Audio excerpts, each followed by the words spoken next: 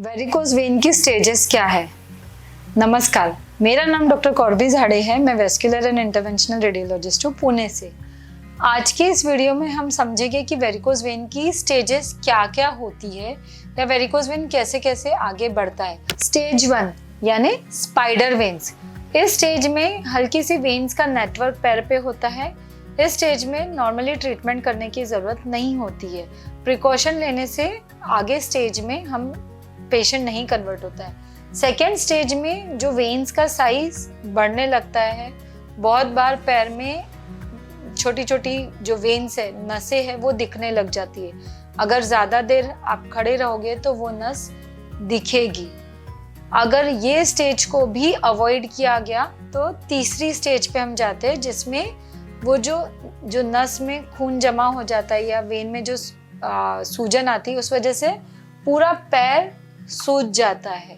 So normally अगर ये stage में आते हैं तो ज़्यादा देर अगर खड़े रहते हैं पेशेंट्स तो उनको पैर में सूजन आने लगती है। ज़्यादा देर खड़े रहेंगे तो सूजन आ जाएगी, और जब आप लेट जाते हो तो सूजन कम हो जाती है।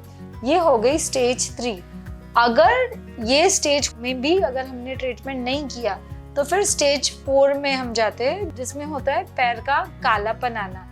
इम्प्योर ब्लड वेसल जो अशुद्ध रक्त वाहिनी में वेरिकोज वेन की वजह से जमा हुआ है, उस वजह से पैर हल्का सा काला पड़ जाता है, पैर में सूजन हो जाती है, और इम्प्योर ब्लड जमा होने की वजह से पैर में खुजलाहट होती है। सो ये स्टेज में पेन भी काफ़ी होता है। पैर का जो कालापन हो जाता है वो दिखने में अच्छा नहीं दिखता है। आपको शूज़ और रूटीन चप्पल पहनने में भी तकलीफ हो सकती है। अगर ये स्टेज को भी अवॉइड कर रहे हैं, आप ट्रीटमेंट नहीं ले रहे, तो फिर अगली स्टेज में जाता है, जिसमें होता है पैर में जख्म।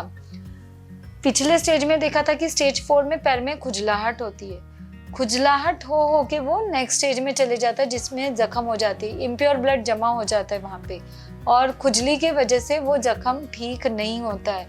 और अगर आप इसको भी इग्नोर करते हैं तो वो जख्म में अल्सर होता है, और वो इन्फेक्शन और अल्सर अगर पैर में हो गया तो ट्रीटमेंट करना बहुत डिफ़िकल्ट होता है।